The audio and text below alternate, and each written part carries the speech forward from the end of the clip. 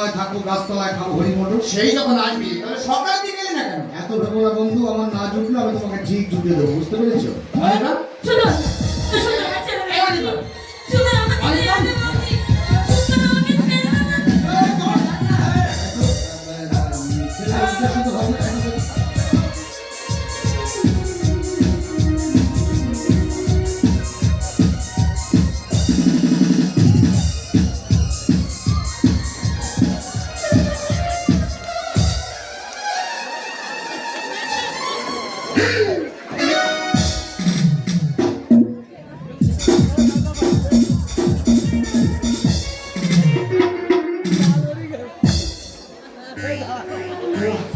পিলিক পিলিক পিলিক একটু